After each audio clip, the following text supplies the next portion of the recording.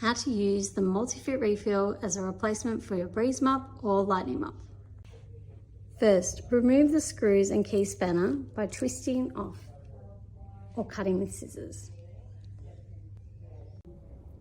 Insert the screw into the key spanner and push and screw into create the required 2-post or 4-post refill.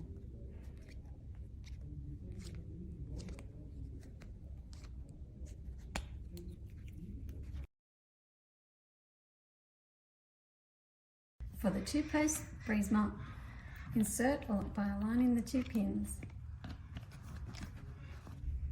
Place the cap on, give it a little twist,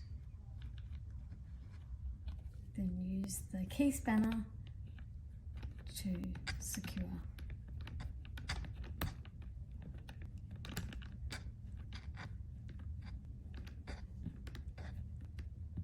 For the 4-post lightning mop, align the 4 posts and insert into the head, then use the original mop caps to secure into place.